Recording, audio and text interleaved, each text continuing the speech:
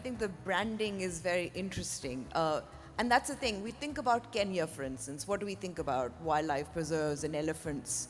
But there's also violence. So those two have coexisted in other countries, and yet tourism has actually, thrived there as well. But I also want to talk a little about narratives in terms of the media, because I think that's where I'm like Meher. I'm not an expert in tourism and how to get more tourists here.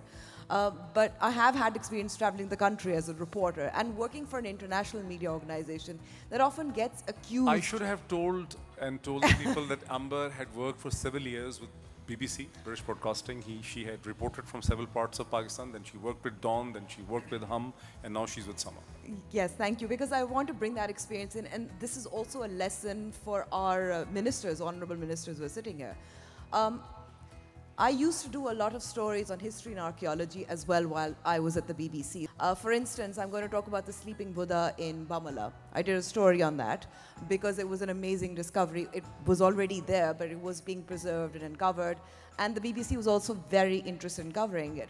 So I obviously got permissions and we were filming there. We decided to sort of roam around Taxila to show more of the Buddhist history and sites. Except we weren't allowed because we didn't have an NOC. So when you talk about NOCs for foreign visitors, it should include journalists as well. I have a Pakistani passport. I'm not a dual national. And yet I was not allowed to film in certain areas. And there was an inherent suspicion as well. And this is, we have the vloggers and the bloggers, and that's terrific. It's fantastic. But I think it's really important as well for journalists to be able to explore parts of Pakistan and show them, especially international journalists, and so show them to the rest of the world. And I'm really happy to see this new government committed to promoting tourism. But now I think it's time to make that rebranding much more aggressive. There are travel programs on the National Geographic and CNN and BBC, and there's India and other countries all over there. We really need to spend a little more money also promoting our country on these channels as well.